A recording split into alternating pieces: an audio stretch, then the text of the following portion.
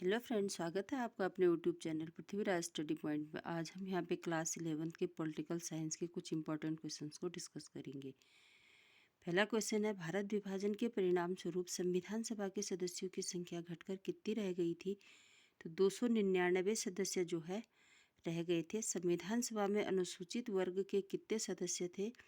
26 सदस्य थे इसके। संविधान निर्मात्री सभा के परामर्शदाता कौन थे? VN राव इसके परामर्शदाता थे। संविधान के विषयों पर विचार विमर्श हेतु कितनी समितियों का गठन किया गया था? 8 समितियों का जो है इसमें गठन किया गया था। किस पार्टी के सदस्यों ने संविधान सभा की बैठकों का बहिष्कार किया था? मुस्लिम लीग के सदस्यों ने किया था। यही द्विराष्ट्र सिद्धांत के जनक भी हैं मोहम्मद अली जिन्ना, और मुस्लिम लीग उन्हीं की पार्टी थी। संविधान सभा ने कितनी अवधि और कितनी बैठकों में संविधान पारित किया? 2 वर्ष 11 माह और 18 दिन की अवधि में आयोजित 166 बैठकों में संविधान सभा ने भारतीय संविधान को अंतिम रूप दिया। संपत्ति का अधिकार मूल अधिकारों की श्रेणी से किस संविधान संशोधन द्वारा हटाया गया?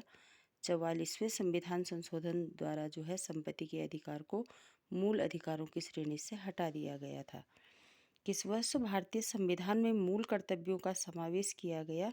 1976 में किया गया, और ये 42वां संविधान संशोधन था। इसे मिनी संविधान भी कहते हैं क्योंकि इस समय बहुत सारे संशोधन हमारे संविधान में किए गए। मूल अधिकारों का वर्णन संविधान के किस भाग में है? भाग 3 में जो है मूल अधिकारों का वर्णन है।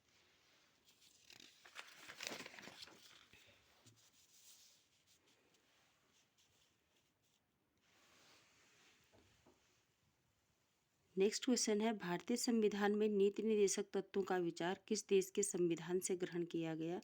तो ये आयरलैंड के संविधान से ग्रहण किया गया। दक्षिण अफ्रीका का संविधान कब लागू हुआ? 1996 में दक्षिण अफ्रीका का संविधान लागू हुआ। भारतीय नागरिकों के 2 मूल अधिकार लिखे, वैसे 6 हैं लेकिन 2 शॉर्ट क्वेश्चन में आता है। समानता का अधिकार और स्वतंत्रता का अधिकार। संवैधानिक उपचारों के अंतर्गत जारी किए गए 2 लेखों रिटों के नाम लिखे। बंदी प्रत्यक्षीकरण और अधिकार परीक्षा। भारतीय संविधान के किस अनुच्छेद में मूल कर्तव्य दिए गए हैं? अनुच्छेद 51 क में मूल कर्तव्य दिए गए हैं। नागरिकों के मूल अधिकार कब स्थगित किए जाते हैं? यदि भारत का राष्ट्रपति देश में संकट काल की उद्घोषणा कर दे तो मूल अधिकार जो है स्थगित किए जाते हैं। जब भी सशस्त्र विद्रोह या बाह्य आक्रमण होता है अनुच्छेद 352 के अंतर्गत, तो स्वतः ही मूल अधिकार स्थगित कर दिए जाते हैं। अधिकार पत्र किसे कहते हैं? जब किसी देश के नागरिकों को दिए जाने वाले अधिकारों की संवैधानिक घोषणा की जाती है, अर्थात नागरिकों के अधिकारों को संविधान में अंकित किया जाता है, तो उसे अधिकार पत्र कहते हैं। राज्य के नीति निर्देशक तत्वों का क्या अर्थ है?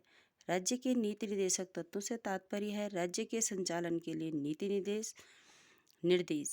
ये तत्व राज्य के लिए आदर्श हैं। वस्तुतः ये राजनीतिक घोषणा पत्र, नैतिक आचार संहिता एवं प्रशासन के मार्गदर्शक के रूप में है।